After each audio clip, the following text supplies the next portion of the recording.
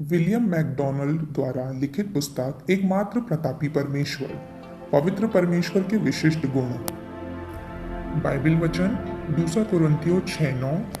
अनजानों के सदृश हैं तो भी प्रसिद्ध हैं, मरते हुओं के ऐसे हैं और देखो जीवित हैं, मार खाने वालों के सदृश हैं परंतु प्राण से मारे नहीं जाते। लेखक परिचय। William McDonald.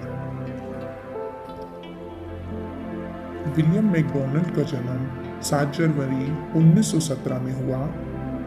लेखक की मृत्यु 25 दिसंबर 2017 में हुई। स्कॉटिश मूल के विलियम मैकडॉनल्ड का पालन पोषण परमेश्वर का भय मानने वाले एक परिवार में हुआ था। बाल्यावस्था में वे बड़ी मुश्किलों से मरते मरते बचे। काफी कम आयु में ही उन्होंने प्रभु यीशु को अपना उद्धारकर्ता स्वीकार कर लिया।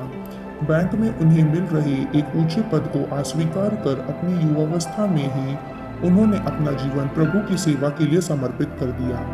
50 वर्षों से भी अधिक समय तक उन्होंने मसीही विश्वास के आधारभूत विषयों को लेकर सिखाने, उपदेश देने और लिखने के द्वारा अपनी सेवा दी। उन्होंने बाइबल की सच्चाइयों को स्पष्ट, सटीक और सरल शैली में निडरतापूर्वक प्रस्तुत किया। यद्यपि सर्वाधिक बिकने वाली पुस्तकों के लेखकों की सूची में आज उनका नाम नीचे की ओर है, फिर भी उनकी 84 पुस्तकें, जिनमें सच्ची शिष्यता भी शामिल है, विश्वासियों की अनेक पीढ़ियों पर प्रभाव डालती रही है। उनके द्वारा लिखी गई बिलीवर्स बाइबल कमेंट्री का अनुवाद विश्व की अनेक भाषाओं में किया जा चुका है। कुछ देशों में सिर्फ यही टीका पुस्तक बाइबल की एकल संस्करण टीका के रूप में उपलब्ध है। उन्होंने सैकड़ों ट्रैक्ट्स भी लिखे हैं, जैसे I must tell you this, जिससे अनेक लोगों के जीवन परिवर्तित हुए।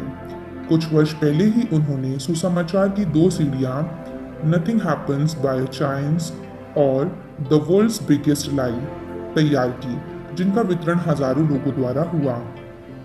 उनके उपदेश से संसार भर के हजारों लोग प्रभावित हुए हैं तथा आज भी आप voiceforchrist.org पर उनके द्वारा दिए गए संदेशों को सुन सकते हैं। वे इमाउस बाइबल स्कूल में अध्यक्ष के रूप में सक्रियता से जुड़े हुए थे। साथ ही वे discipleship interns training programme OM और न्यू ट्राइबल मिशंस के साथ भी जुड़े हुए रहे।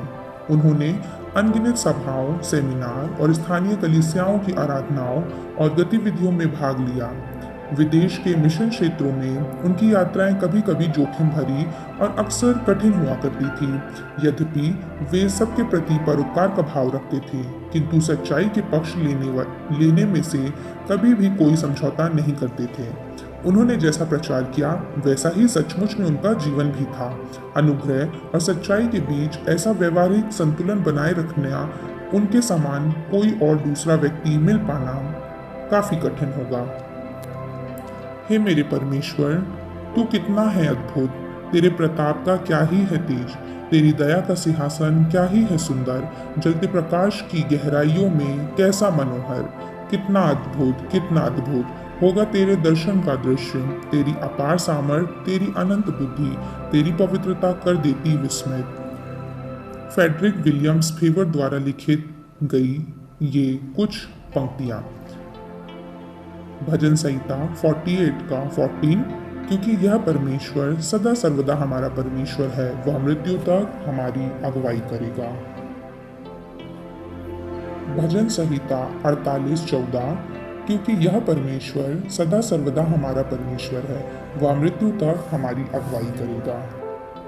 यहाँ पर लेखक परिचय समाप्त हुआ और हम अपना अध्ययन प्रस्तावना से जारी रखेंगे, जिसका शीर्षक है परमेश्वर का अस्तित्व सारे धर्म का आधार है। परमेश्वर के अस्तित्व की सच्चाई का अर्थ यह है कि हम जो सृष्टि है, मानव प्राणियों के रूप में परमेश्वर जो सृष्टि करता है के प्रति जवाबदेह है। यदि एक सर्वोच्च सृष्टिकर्ता और पालनहार का अस्तित्व है तो उसकी सृष्टि की उसके प्रति जवाबदेही है। अमेरिकी प्रवक्ता डैनियल वेबस्टर ने एक बार कहा था कि उनके मन में अब तक का सबसे गूढ़ विचार यह आया है कि वे परमेश्वर के प्रति जवाबदेह हैं। यदि क्रमिक विकासवाद की धारणा सही होती तो समाज के लिए कोई नैतिक मापदंड नहीं होता। यदि हमारा अस्तित्व संयोग या अणुओं के अचानक मिल जाने का परिणाम होता तो कोई भी व्यक्ति युद्ध, हत्याओं, चोरियों या किसी भी असामाजिक आचरण में त्रुटि नहीं पाता।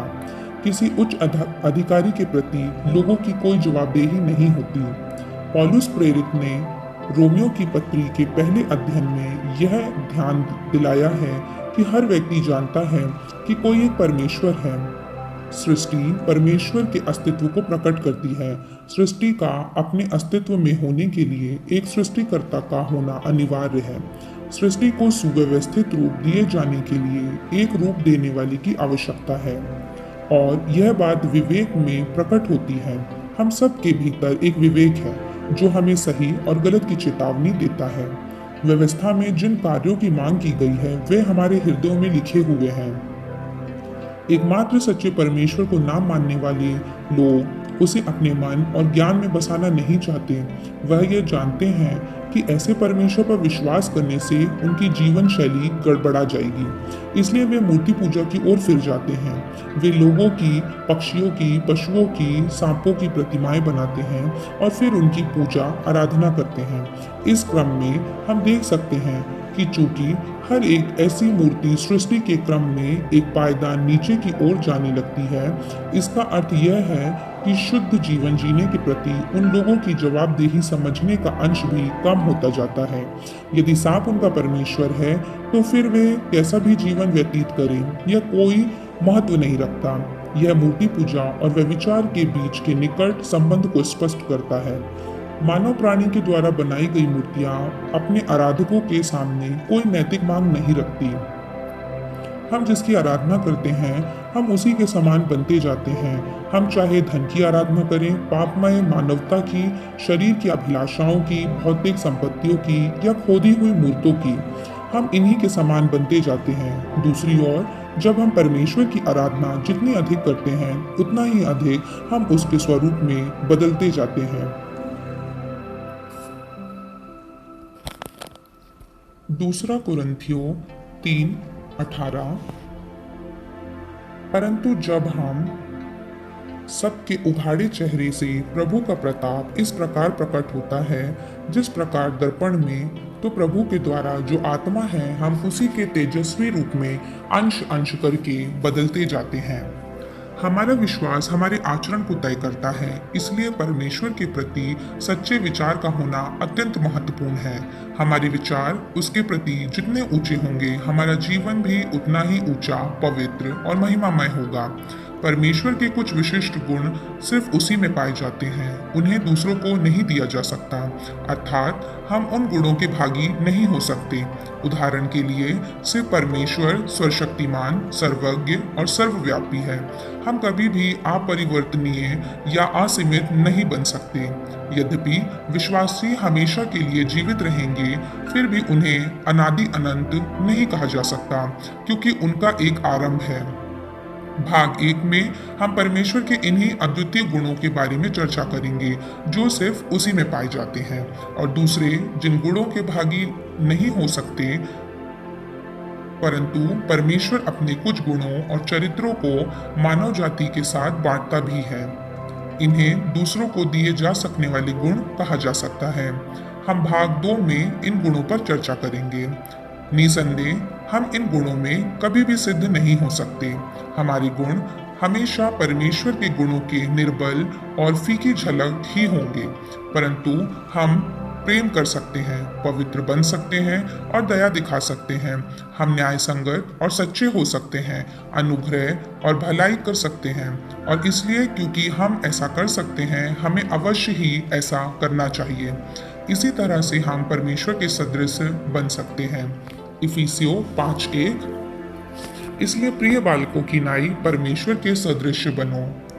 हमारे अध्ययन का उद्देश्य सिर्फ परमेश्वर के गुणों के विषय में ज्ञान हासिल करना नहीं है, परंतु हमारे प्रतिदिन के मसीह जीवन में उसके उन गुणों को विकसित करना है जिन्हें वह हमारे साथ बांटता है। अब समय आ चुका है कि हम परमेश्वर के विशिष्ट गुणों का अध्ययन आरंभ करें। साधारणतः हम परमेश्वर के विशिष्ट गुणों का वर्णन करके ही हम उसे परिभाषित करते हैं। उदाहरण के लिए संक्षिप्त मसीही मौलिक शिक्षा शॉर्टर कैटकिस्म में लिखा है, परमेश्वर एक परम आत्मा है। वह अपने अस्तित्व, अपनी बुद्धि, सामर्थ्य, पवित्रता और न्याय और अपनी भलाई और सच्चाई में असीमित, अनंत और अपरिवर्तनीय है।